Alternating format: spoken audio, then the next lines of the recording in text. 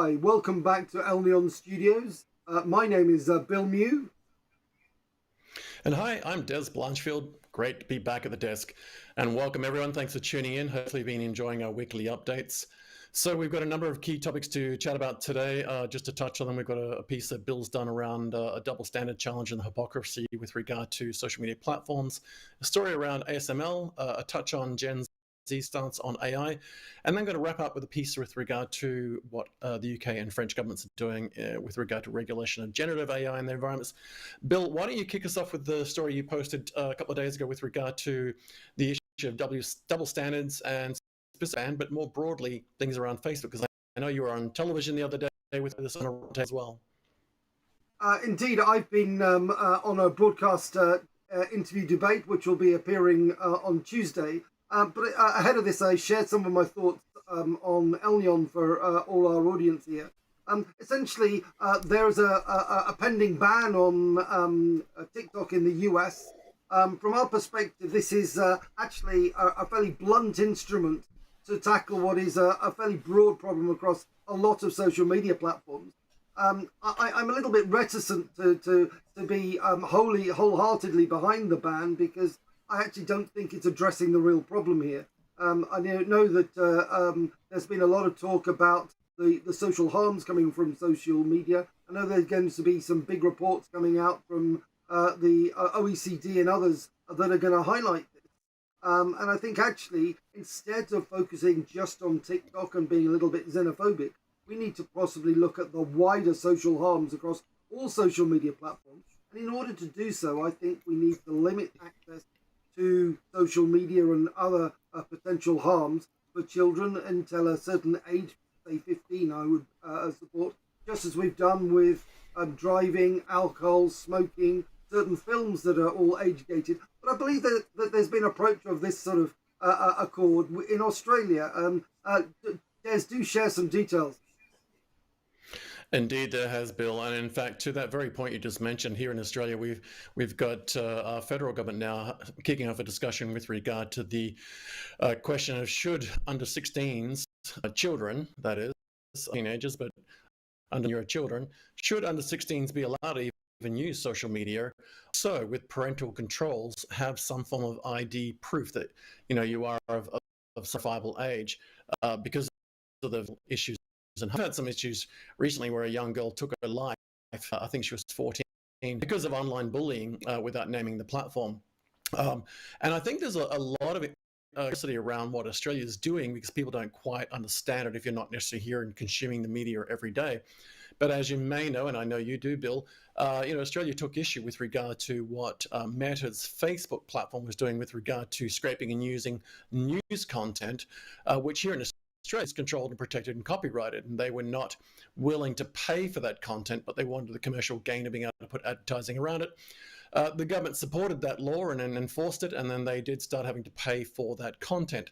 So the key point there was it wasn't about Facebook specifically by picking on them as a platform, but they started to break our law, enforce those laws, they now pay for that content. We have a current situation that is taking the world by storm, unfortunately, with regard to a domestic terror incident. A young guy attacked a religious leader here in a church, and obviously there was video of it booming at the time, and so people had copies of it. And at this stage, we're taking Twitter to court and have had a 48-hour injunction taken on them to force them to take it down. And a lot of people think we're attacking Twitter. We're not. It's illegal to share in Australia, and any platform, doesn't matter where others, if they die with government requirements to take down illegal content, we will pursue them. And unfortunately, for some reason, Elon Musk has taken issue with this and just is refusing to take it down and throw it to court. Well, we did. We took him to court. We won. He had 48 hours to take. Hasn't yet. So, Australia is taking a firm stance on this because we have laws in place to protect young people and general society from types of content that actually is social harm. And in fact, we've seen this.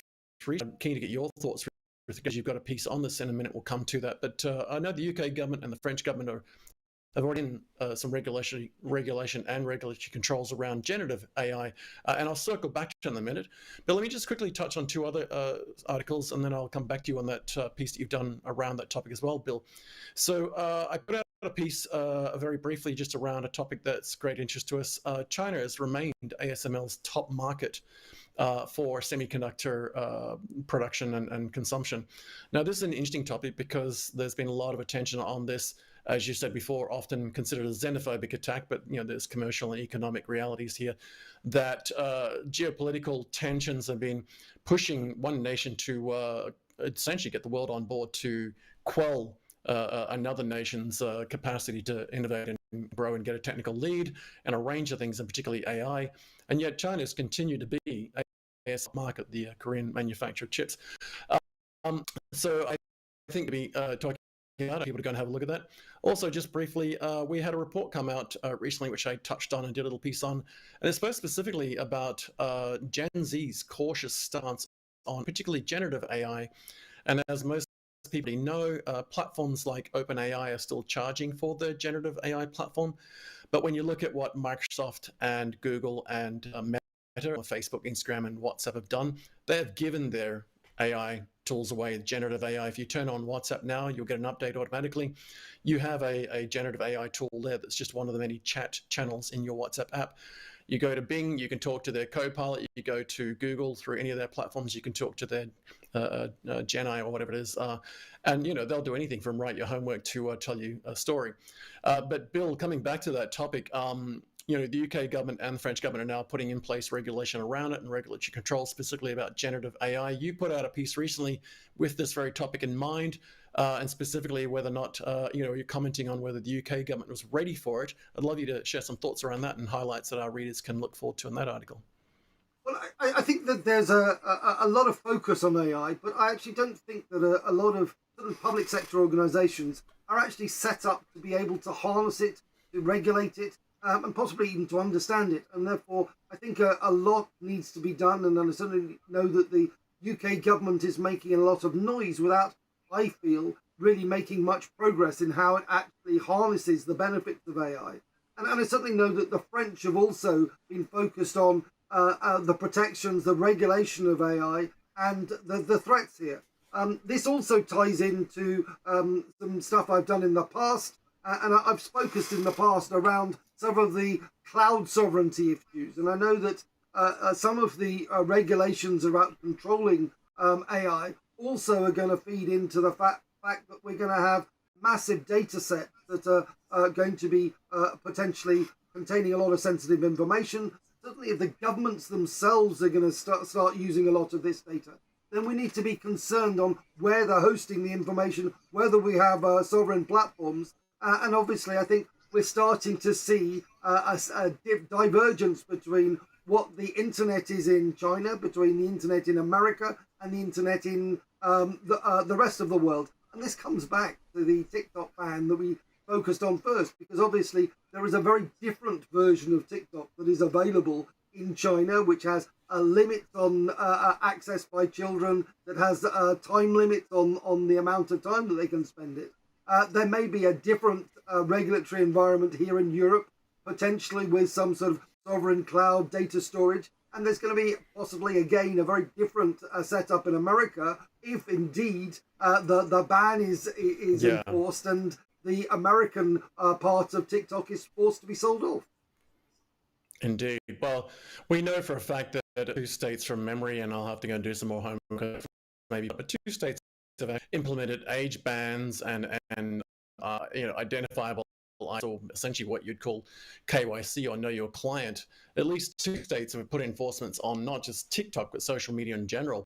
I think going back to your key point there, and I'd love to get your take on this in a moment, Bill, but when we talk about things like the internet, I think it's really important not to give it some sort of special place as if it's some, godly thing that's like oxygen and Wi-Fi and should be free and everywhere.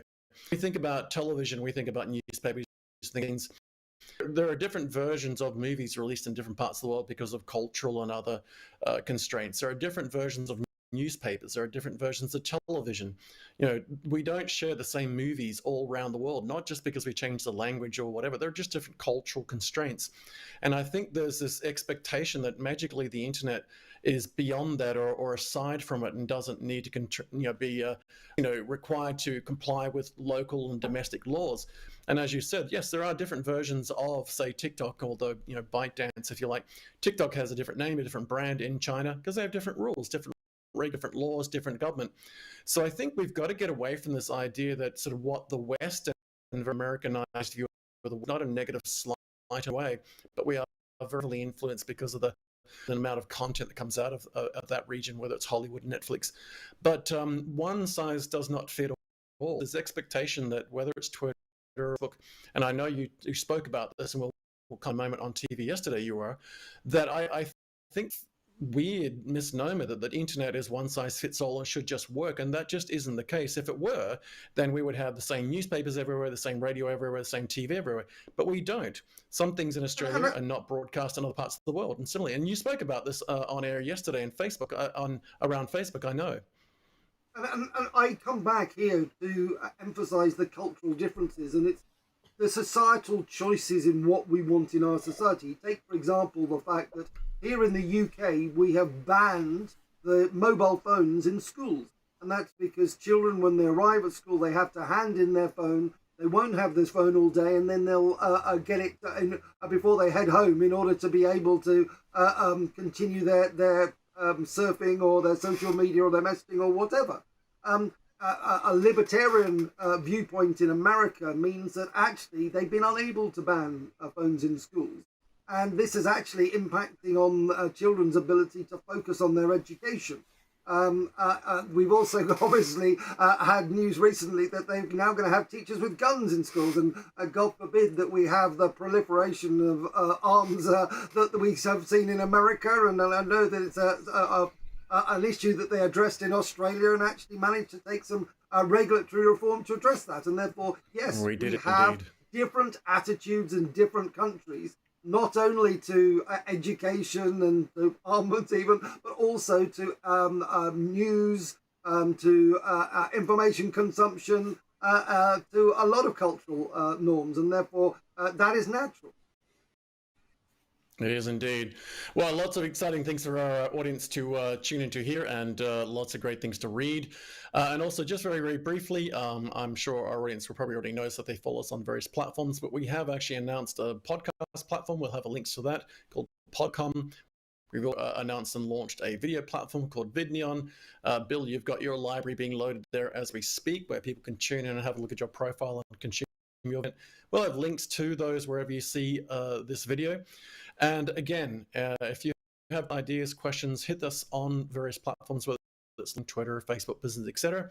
We would love to hear from you. We would love you to be part of the conversation in any form you'd like, whether it's on digital platforms, or if you've got an idea to have a conversation, join us at the desk here, and we would like to bring you into the conversation any way and time you like. But Bill, back at the desk, another great conversation, some good content there for people to consume, and we'll have many more coming for next week, I'm sure. Okay, good to hear from you, Des. Looking forward to catching up again soon. And do reach out to us on social media, read our articles. We look forward to engaging with you soon. Indeed. Thanks, Bill.